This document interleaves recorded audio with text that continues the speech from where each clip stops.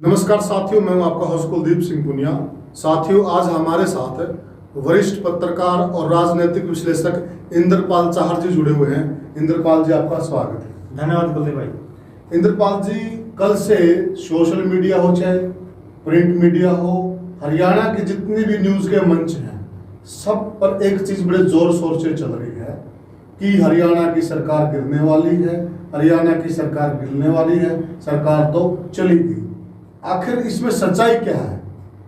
कुलदीप भाई, लोकसभा का चुनाव चल रहा है और लोकसभा के चुनाव या विधानसभा के चुनाव जी प्रत्येक पार्टी अपना अपना माहौल बनाने की कोशिश करे जी और माहौल बनाने पे बहुत जरूरी है, क्योंकि आम मतदाता है वो कुछ मतदाता पार्टियों के साथ जुड़ा हुआ है और कुछ % मतदाता ऐसा होता है जो माहौल देख के मतदान करता है और वही मतदाता हार जीत तय करता है। जी और माहौल बनाने के लिए सभी पार्टियां अनेक प्रकार के हथकंडे भी अपनाती हैं, रणनीति भी बनाती हैं। तो कल जब 3 निर्दलीय विधायकों ने भाजपा से समर्थन वापस लेके कांग्रेस को दिया तो एक प्रकार से हरियाणा की राजनीति में तहलका सा मच गया। बिल्कुल तहलका मचा हुआ है। बिल्कुल, आप देखिए, हरियाणा के चैनल या यूट्यूब चैनल तो आप छोड़ दीजिए, अगर राष्ट्रीय मीडिया की बात भी करें तो वहां पर भी ऐसे ऐसे टाइटल कल चल रहे थे कि हरियाणा में गिरेगी भाजपा सरकार,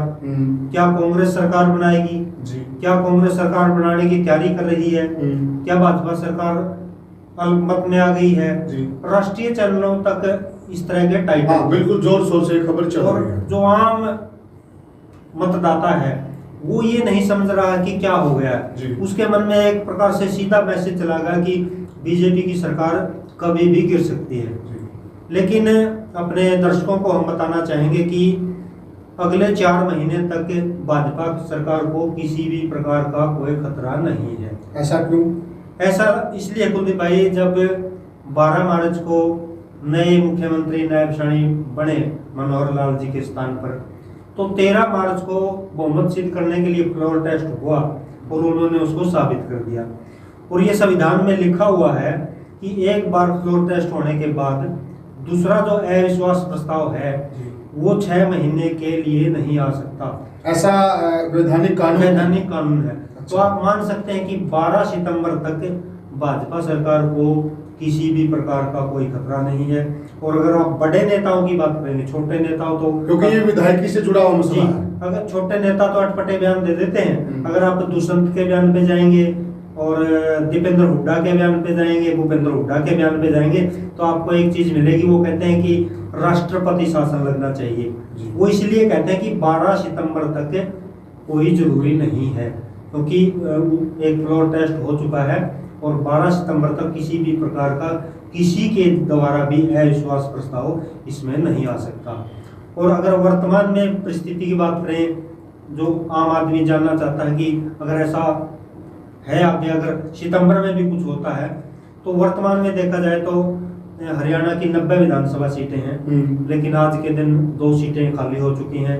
मनोहर लाल जी पूर्व मुख्यमंत्री करनाल से लोकसभा का चुनाव लड़ रहे हैं, तो उन्होंने करनाल विधानसभा क्षेत्र से त्याग पत्र दे दिया है। बिल्कुल। और हिसार से रणजीत चौटाला विधानसभा का चुनाव लड़ रहे हैं, तो उन्होंने भी त्याग पत्र दे दिया है। तो वर्तमान में 88 विधानसभा सीटें हैं जी।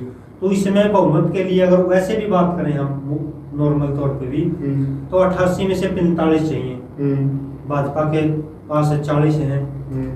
और जेजेपी की भी अगर बात करें, जेजेपी एक प्रकार से बिखर चुकी है, दाएं बाएं हो चुकी है। दुष्यंत चौटाला, नैना चौटाला, अनूप धानक और एक जुलाना से विधायक हैं डांडा जी, इनके ये तो जेजेपी में हैं फिलहाल, लेकिन 6 विधायक ऐसे हैं जो दाएं बाएं हो चुके हैं। जोगीराम सिंह की आप बात कर लीजिए, देवेंद्र बबले की बात कीजिए, रामनिवास सुरजाखेड़ा और राम कुमार गौतम, ये लगभग आज के समय, कल कुछ भी हो सकता है, आज के समय भाजपा के साथ हैं।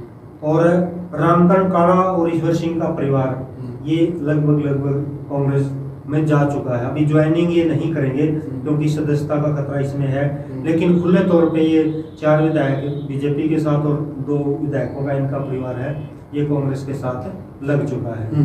बाकी आजाद हैं, 6 विधायक हैं, एक अलोपा के हैं गोपाल कोंडा और एक इनेलो के हैं अभय सिंह चौटाला। तो मैं मानता हूं कि 12-13 सितंबर तक भाजपा सरकार को किसी भी प्रकार का कोई खतरा नहीं है। ये जो इतने बड़े बड़े टाइटल चल रहे हैं, ये आपको भी पता है, जो आजकल के यूट्यूबर हैं अपनी मतलब व्यू सनसनी फैलाने के लिए अपने व्यू बढ़ाने के लिए ऐसे टाइटल दे देते हैं कि जैसे कल परसों ही भाजपा की सरकार गिर जाएगी ऐसा।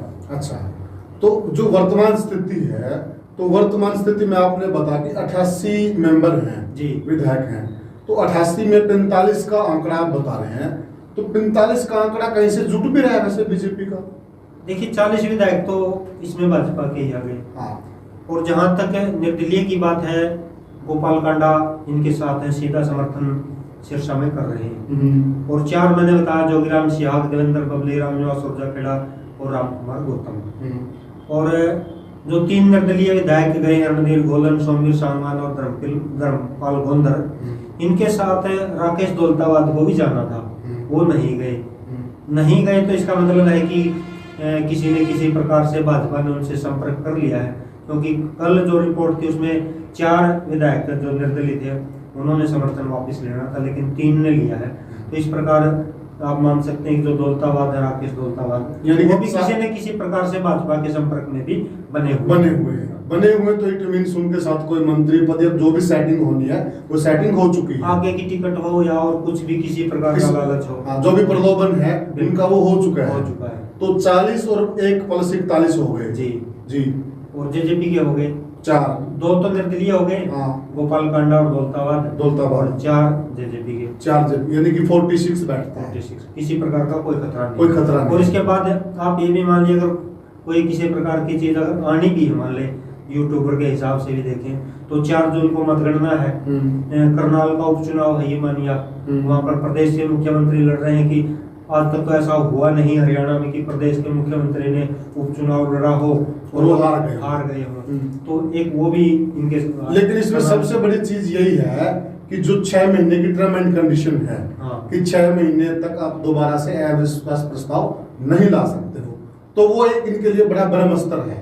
देखिए कुलदीप भाई, जो हरियाणा की राजनीति है या किसी भी राज्य की राजनीति है, आम आदमी उसको समझ नहीं सकता।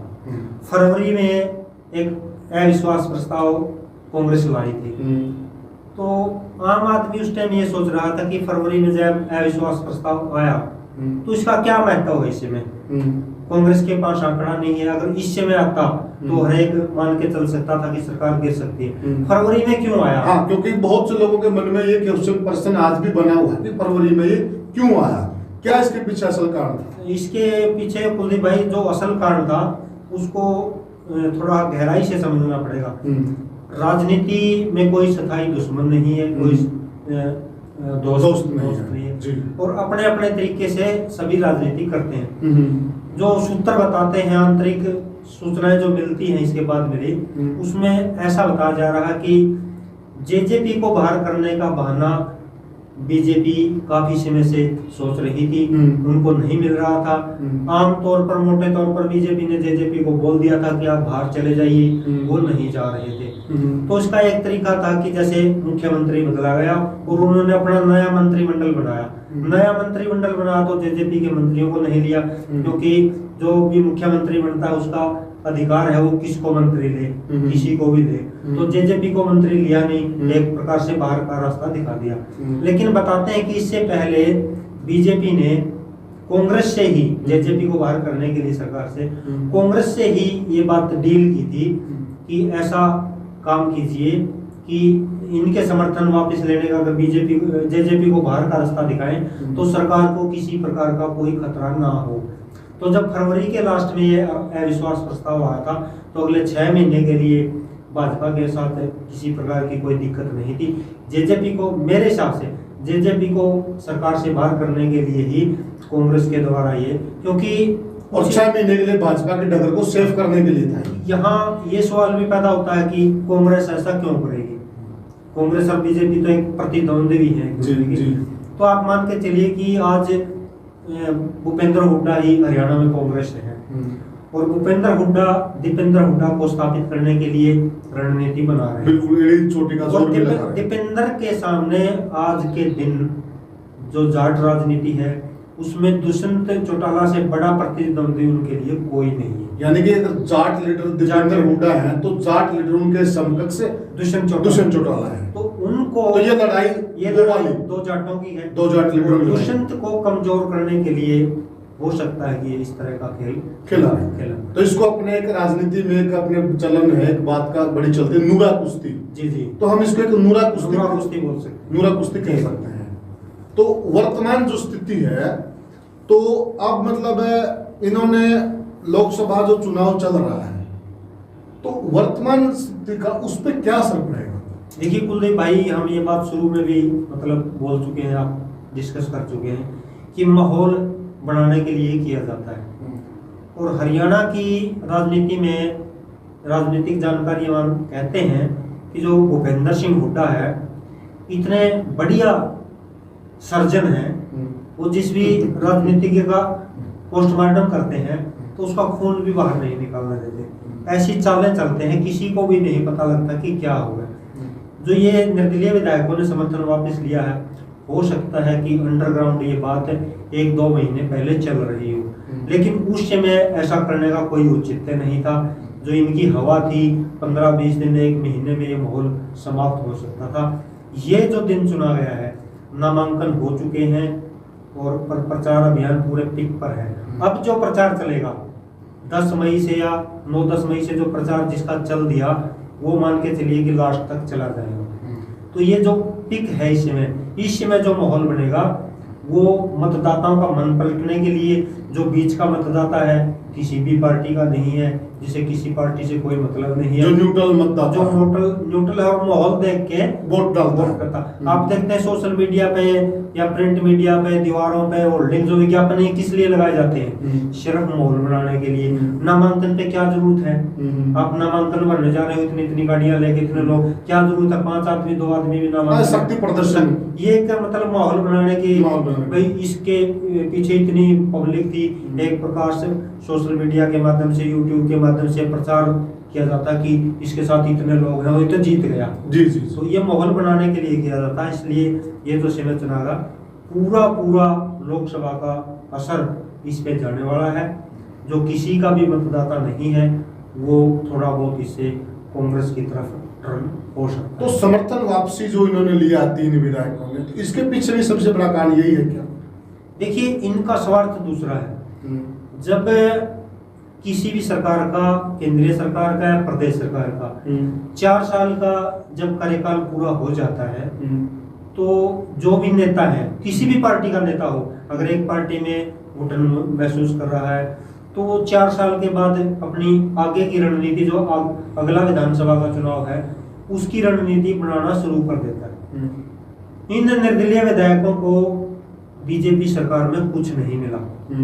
आपको याद होगा जब दीपावली पर 2019 में बीजेपी की जेजेपी की सरकार बनी, तो दीपावली से 2 दिन पहले जब ये रणनीति बनी, हर एक हरियाणा का जो वोटर है वो जानता है, सिरसा से सांसद सुनीता दुग्गल हेलीकॉप्टर में गोपाल कांडा और 3-4 निर्दलीय विधायकों को लेके रवाना हो गई थी दिल्ली के लिए।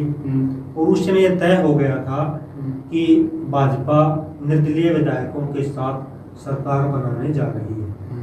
लेकिन भाजपा के जो रणनीतिकार थे वो इस बात से संतुष्ट नहीं थे कि हम निर्दलियों को लेकर सरकार बनाएंगे, केवल निर्दलियों को, तो वो 5 साल चलेगी नहीं चलेगी।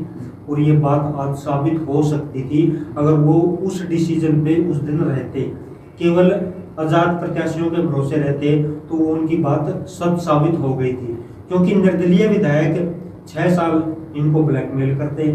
और दुष्यंत चौटाला की जो रणनीति थी, जो राजनीतिक जानकार भी मानते हैं कि अगर दुष्यंत चौटाला बीजेपी सरकार में शुरू में ही शामिल हो गए तो हो गए, बीच में 2 साल बाद 3 साल बाद अगर बीजेपी चाहेगी उसको शामिल करना, जब निर्दलीय विधायक आंख दिखाना शुरू कर दें, अगर बीजेपी ने उस समय चाहा होता बीच में कि दुष्यंत को ले लें, तो दुष्यंत किसी भी प्रकार में बीच में शामिल नहीं होते, क्योंकि वो 2024 के लिए तैयारी कर रहे थे।